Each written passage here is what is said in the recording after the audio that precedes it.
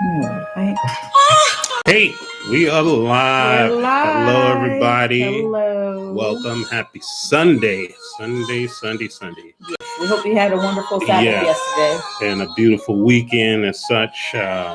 So much is going on. And we were out last week. We were a little bit under the weather. We did post a little small snippet. I think that was on Facebook, but not YouTube.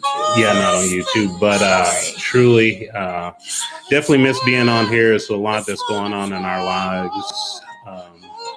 Both Maya, personally, myself, work-wise. And so we are glad once again to be able to come to you live here on the T. Yes. The song tonight is by, of course, the great Maxwell. Of course, it's not me singing, but I love to try to sing like a Maxwell, like I got game. And hear him hit those high notes. Yes, it is called This Woman's Work. This Woman's Work. Because tonight we're going to be talking about one of our ancestors, the great Frances Cress Welsing. Yes. And she did a mighty work in the Black community. And I just we're so sorry that her time came to an end in 2016. And I just, I'm like Maya, a lot of the things that we've been doing and researching, I have just begun to look at some of her material, both on YouTube as well as her book that she wrote, The ISIS Papers. Mm-hmm. And I'm sure some of you have been introduced through Facebook and Instagram. Mm-hmm. Little segments of speeches or conferences she attended and spoke at. So. Yes. So before we go any further, we could truly listen to this Maxwell, but I just want to dive right into it. First and foremost, I like to say, welcome to the T. Welcome. I'm your host with the most, Chauncey Anderson. And I'm the co-host, Mayaka Anderson. Look at this girl. She's just natural today, y'all. She is natural. And that's the beautiful part about having a beautiful Black woman. Let's get you one if you haven't already gotten one. I'm telling you, it's fire. Oh. So, like I said again earlier, Dr. Frances Cress Welsing, she is now departed from us. She passed away January 2nd, 2016. So she's no longer one of our elders. She is one of our ancestors. And we definitely want to pay homage. I think her birthday was in the month of March. And, March 18th. March 18th. 1935. She was born in Chi-Town, Chicago, Illinois, and she was at her early stages. Some of the material I looked at, it seemed like as she got older, graduated from elementary, junior high school, and high school, she had a desire to find out about the African American culture, the Black people in the community, the things that were going on, and how it impacted us as a people, both men and women. And she literally went off and she did some truly remarkable things in her quest as far as to become a doctor. I think initially going to Antioch College, and then she got her bachelor's degree, and then she went to, as Maya said, went to Howard University and got her MD. Yes, because we hear a lot of people talking about Harvard and Stanford and all these predominant schools, but she kept it real and she went to a HBCU. Which truly we should all be aspire to go to a HBCU instead education. Of these schools that have been rooted and not allowing our people to attend there, and our people having to fight to be there or not being able to be at their graduations or stages. So I just wanted to put that out there because, as all of these things are coming about these people paying for their children to go to these colleges, we have HBCUs where your child can feel at home and to learn truth and learn who they are and be amongst themselves, and that, and that was some of the things that she did, especially when she went to Howard University. She challenged the administration to bring about African American studies. Right. Some studies are why she believe were whitewashed. I mean, down. It's to truly talk about the African race, the continent of Africa, the African men and women, the people, even the children, and how we are taught. And in most of our public educations, even our private schools, our charter schools, some of these schools don't get into the history. Right. I mean, as she said, you may have a Black History Month, but that truly does not teach our people about who we are. Right. And you can't put our history in a month because it is so vast and it is so grand that trying to even think that you can even scratch the surface in a month is ridiculous. Right. So that is something that we need to really take outside of ourselves and start to say that, no, it's not a Black History Month, but it's a Black History year. Black every History month. Thing. Yes, yeah. This is just who we are, Right. and every month we celebrate who we are and where we came from, and it doesn't begin in slavery, but you know, because they stole educators and doctors and princes and kings and queens from that land to bring here. So we must recognize that and change our thought and our speech when we talk about our history and who we are. Truly, in that aspect, in that process. As I say about Dr. Cress, Frances Cress Welsing, is the phenomenal thing that she did when she wrote her book, The ISIS Papers, back in 1991, came from actually the Egyptian goddess, but with the Greek name. The Egyptian or the Kemetic people called her a Set. When the Greek people conquered Africa, of course, they renamed Assad ISIS. Right. And so Dr. Cress Welsing, she chose that name, as she said right here, it was her way she was inspired by an ancient Egyptian goddess. And for me, that sums a lot up about us as a people, because oftentimes we don't think about our ancestors. We don't even think about our elders, our parents, our brothers and sisters, or even if we have children, for that inspiration in our Black community that gives us reason to do what we do. Yeah, we forget a lot. Yeah, I mean, it's right there. We just for some reason we don't think to go back. Right.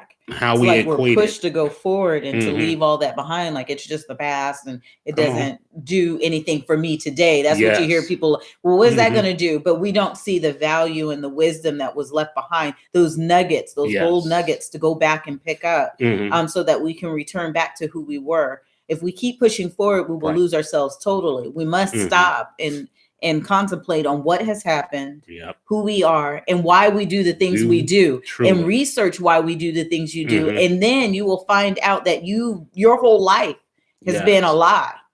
Well, and even with what, not only just a lie, but just like you said, I was even going to bring into it, when you look at other cultures, when you look at the white race, they're always talking about their white ancestors, their forefathers that came to the United States or over in Europe or over at any place, any person that considers themselves a part of the white race. You're going to see some statues of those men and women who helped found it. That area that they live in. Right. When you think about the Jewish community. That Jewish community, they going to lift up their ancestors. Okay, so we gonna stay kind of like with them the Euro Jewish community. How about that? We're gonna go with the European Jews because Maya just, she go deep and we keep it. That's okay. But so when you look at the Hispanic community, same way. They have their country, Mexico, Spain, all those places of Hispanic descent. They lift up their people. They talk about their people. Very proud. Arabic community, they do the same thing. They lift up their community. They talk about their founding father. Those that do the things that they do, whether you're in Saudi Arabia, you're here in America, whatever. The funniest part about that, out of all of those, the Chinese, I can list them. They lift up theirs from, their religion, their politics, their great leaders in Their science, empires, math, all of that. Now, here is the funniest part. Here we have a people on this planet Earth that has an ancestry or a history that stretches vastly further than any other. They know we're the first people to on inhabit the face the earth. of the planet. That's how far back we go. And yet still, our men and women, our ancestors have talked about it when they were elders, about these great men and women. You have elders on the face of this planet today that are talking about our ancient ancestors, our ancient history. And yet still, when we got the largest continent on the face of the planet, when we have over 1 billion some odd people of our color complexion on the face of this planet, we simply can't wrap our brains around talking about our history. Yes. Talking about our people, our culture, and where it came from. Here in the United States of the Americas, the Caribbeans, some of the other places where our ancestors were dropped off at, some jumped off the ship because they came from and they didn't want to come here. They stopped. They say, we are not going to do. All we know is the water's edge of the United States and what that history was all about. We dare not trade back and go back to ancient Africa. They try to tell you that Egypt is not a part of the continent of Africa. But it is. They try to tell you that all of the great things that are over there, some of the last object of the 7 wonders of the world, which are the pyramids that we call them, which are basically, if you study ancient Egyptian, it's called the mirror. We call it the Sphinx, which is Heru and Metketi. If we look at those great structures and monuments and how they were built, the Tekkens, which we call over here the pyramids, if we realize that, called the obelisk, if we realize that our ancestors did that and the greatness that's actually within us, we would probably get up off of all that, what we listen to or see in today that's going on. You know, we're better known for our athleticism. So most young men and even women look to sports, you know, as their way out of the hood, the ghetto, the poverty, that instead environment. Of using the mind. Yes. But that tells you how great their brainwashing system is. That's white supremacy for you. With those that are, you know, trying to wake up and come out of it. That consciousness. It is still so strong. Right. Because everything you grew up is rooted in their system. And even when you try to break from their system, what we do is we're not breaking from the system. We're trying to mimic the system and just put our kind of flavor in it. But what we have to do is step away from the whole system. Right. Because no matter what, that system, there's no part of it that was ever built for us to profit or be able to be successful on. So we have to jump outside this box altogether and leave it all behind and start all the way over. But the only way you can do that is to renew your mind. And so with Sister Francis and Dr. Claude Anderson and all of those that are out there teaching, that is what they're saying is that, and it is very hard. It is not easy to let go of everything that has been instilled in you from your grandparents, your parents, your teachers at work. The TV, they all tell you what you're supposed to be doing, what you're supposed to be thinking,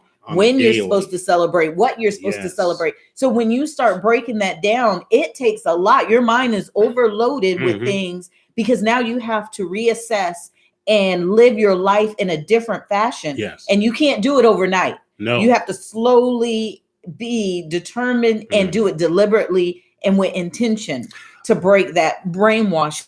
But by way of doing your research. Yes. By way of taking the time out instead of, you know, with everything that's going on in today's, we all have a household. We all have an apartment. We all have a room that we can go to. Instead of turning on that TV, instead of turning on those video games, pick up a book, you know, a piece of literature by some of those, scholars.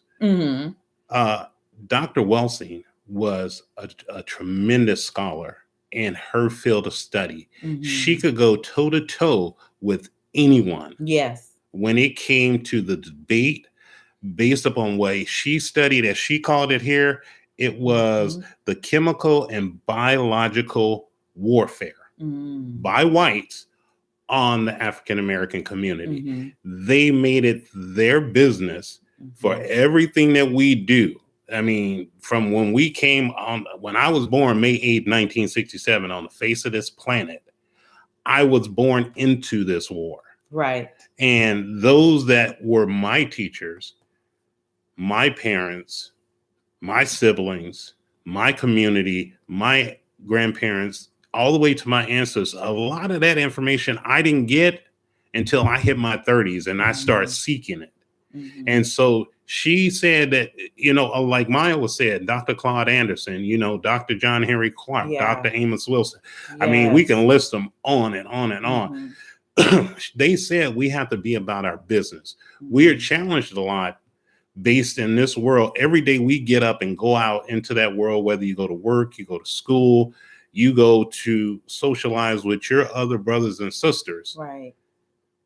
To not be afraid to talk about who you are and where your people came from. That's your right. ancestors. So if you are doing your due diligence and you are doing your research, you're going to be able to speak confidently and proudly and courageous and boldly. Everything the Bible tells you to because speak. most people are going to snicker at yeah. you and ask you why you talking about that black stuff or it's why you bringing that. That's their number one thing. That black because they stuff, don't think that it's yours because they want you to say, okay, that's not mine. So guess what they do?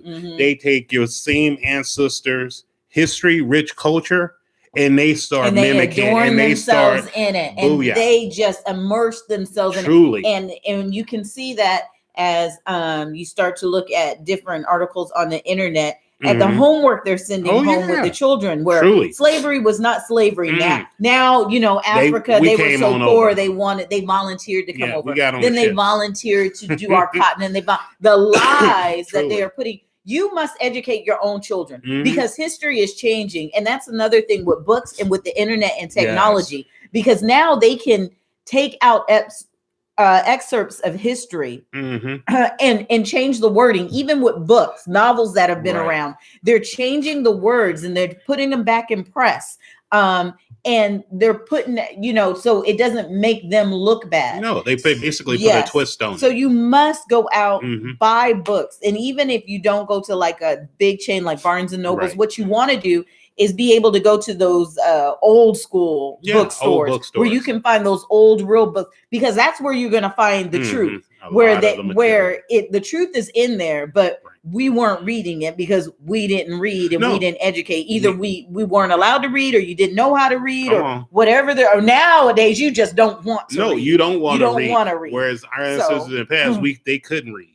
And they were dying because they knew how to read, or they even knew the alphabet. And they were not allowed. I mean, that's where we see right there that you know that the white supremacy racism that's going on. See, because this is the phenomenal part, where our ancestors back over in the continent of Africa, basically, not just in Egypt, you can go down in the southern tip of Africa and you can still see a lot of the writings from the various dynasties of the various Egyptians. It wasn't just just the books, you know, the manuscripts that they did, papyrus that they wrote on, but they even carved it on stone for the purpose of us to be able to read it. You know, basically, as they call it, the Medu Neter. You know, that was our classical language. Like people have, you know, the French have, they speak their classical language. The Hispanic community, they speak their classical language. The Arab, they speak their classical language. The white people, they came up with English. That really is a language. Yeah, it's not really a classical language, but it's just a language pulled from all parts of the world and thrown together. It's a mutton language. Because they were Greece, they were Romans, and all of that. But by way of doing that, here's the hilarious part: when they brought us over here for indentured servitude for the purpose of building here in these United States, where again, when you look at the Native Americans, which I truly believe were part of our ancestor also, because prior to there were them Black to Indians. being and if you research amalgamated that, with the pictures. whites, very dark skinned. Dark skinned Indians were very dark skinned, looked just like Africans, because guess what they were? Yeah, and so in order to keep the white race going, guess what they do? Is that they started to integrate, but they also tried to annihilate the Native American people, genocide, and just take them out. So when they brought us over here, by way of education and the knowledge that we had, one, they stripped us of that. They beat it out of us and they put us in that servitude. So they say, okay, you cannot read, but they just use us as basically labor. Yes, we were labor property. Know, however you want to word it. But their main objective was to make us just do the things we did. But they also would have us build. So how could we not have the knowledge on how to construct something and say we were not knowledgeable, but we can build the houses, we could do the things that we did. We can farm. We had agriculture. I mean, build the buildings, the architecture. Yeah, Benjamin Banneker, he could read the sky so that he would be able to plan out Washington, D.C. But they tell us that we didn't know anything, but everything they needed to live and sustain came from us. Right. Everything from breaking horses to farming lands to building homes, medicine, all of the herbals that we already knew when we came over, cooking, sewing. We had all of this knowledge. We might not have been able to talk about it or explain it in their language, but that does not mean that you are ignorant of what is going on and that you did not come with skills, but that's how they made you feel. And that's what Dr. Welsing was saying. Her main objective was for us to begin to see our true greatness within ourselves, but it takes us having the ability to go back and look at what our ancestors did. Now, some of it for some people, it may be hard to do. And some people say, oh, I don't want to go back and look at that slavery. And I don't want to talk about that because that didn't have nothing to do with me. This is where I'm at today. And I'm self-made and I've done this on my own and I didn't need nobody to do that. Yes, you needed a leg up because you were not born into adulthood. You were a baby. You had those ancestors. You had your elders. You had your parents, siblings looking out for you. I don't care if you're the oldest or the youngest in that family. Someone took care of you till you were able to stand on your own. And someone was brave enough during the time of slavery to endure that slave ship over here, survive the beatings, the rapes, the amputations, the humiliations, all of that, the breeding grounds, all of that. Somebody was strong enough in your line that you are here today. So for those who say that it did not matter, that is a shame on you. Yes, shame on you for those that suffered so you could stand here today and be able to stand on what you have and what you were able to do. Because if they would have gave up an inch, committed suicide, if they were the ones that jumped over that boat, you would not be here. You would not be here. Somebody took all of that for you to be here today. And so I just encourage people to understand the sacrifices that were made so we as a people could still stand. That we are still standing this day with all of the atrocities they continue to put on us. The yoke we still wear. We are still here and strong and together. And a lot of times, I mean, for much of us, with what we do, by way, and see, I think a lot of the Black community, when we talk about our elders, when we talk about our ancestors, we're looking in that immediate line. And from, your brothers and sisters, whether they're half or whole, to your parents, whether they married or, mom was a single parent, to the grandparents, I think some of us, that's about as far as we go. Right. Knowledge wise. Right. We don't know beyond grandma or grandpa to be interested to study anymore. You only know what you see. Right. And that's the sad part about it, because I can actually tell you that if you look beyond just your your stovepipe, so to speak, that's straight up and down, and you widen your line of sight and look to your left and to your right, you're going to see other great people, great leaders. And if it's not so structured as Dr. Welsing would say, more in the sports, because she speaks about sports in a way that it helped her to see how the dominance of athleticism, Black athletes were, but how white supremacy used, the black balls and the white ball, being big, large, and small, and they saw what was happening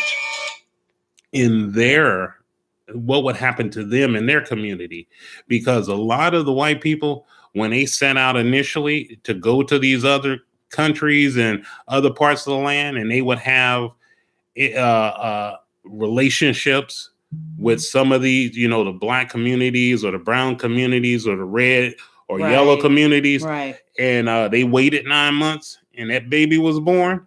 That baby was not white. That baby was colored. So that kind of like gave them a little freak out and said, oh, we got to control this. Because even though they may be passionate, and I bring it to home, 21st century. If you got a Black athlete or you got a Black man that's of power, and that Black male or female should end up in a relationship with someone that's white, imagine when he or she has to bring them home to see their white mom and their white dad, let alone grandpa and grandma, let alone any aunts and uncles. Because you have now disturbed their bloodline. How they have, that begins to interject that annihilation. If too many babies are born or too many colors enter into that, why look at the facial reactions of the parents, and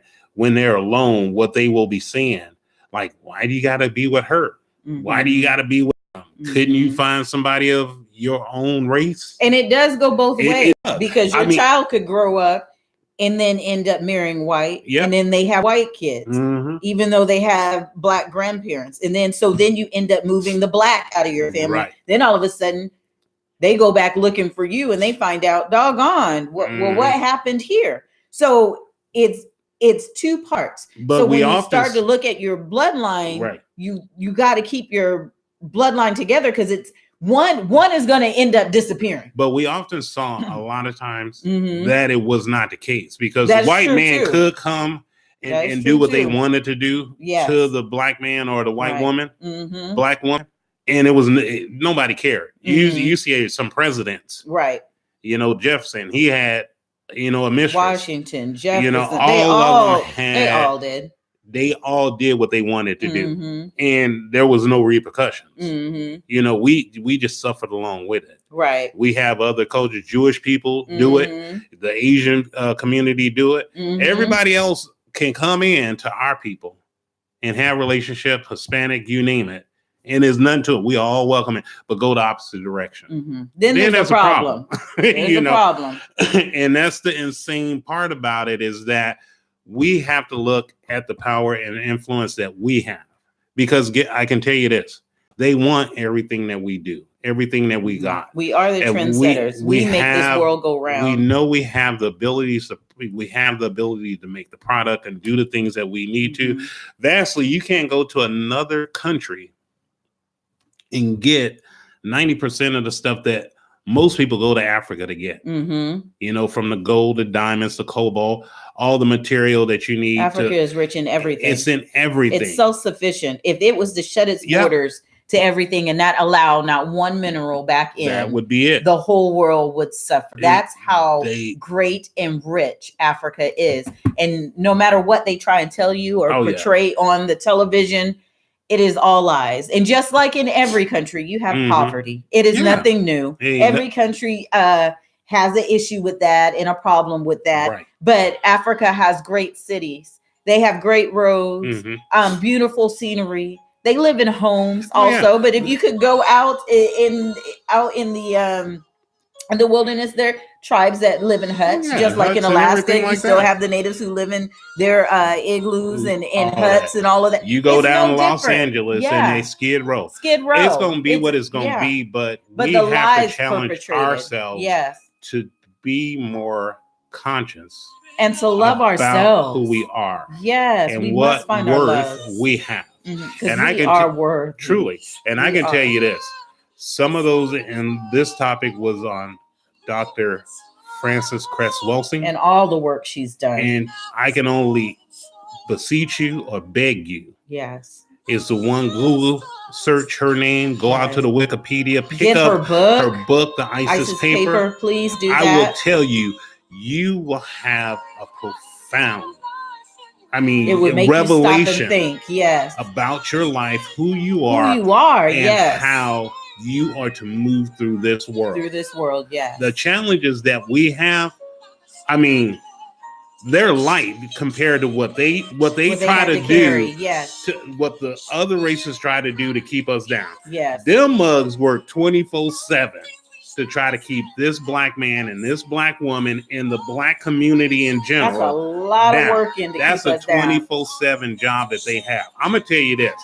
I can't say no more than what we have said on this 30-minute topic about Dr. Frances Cress Welsing. Is so much. I didn't even touch brilliant woman of the iceberg. But I tell you, I got much love for her as I got much love for you. Yes. We got to flip over to Facebook. We will be doing this all night long. Hey, peace, love. Love you, fam. Ain't got nothing but keep your head up. Right here. Love for all y'all. Have a good one. We love you.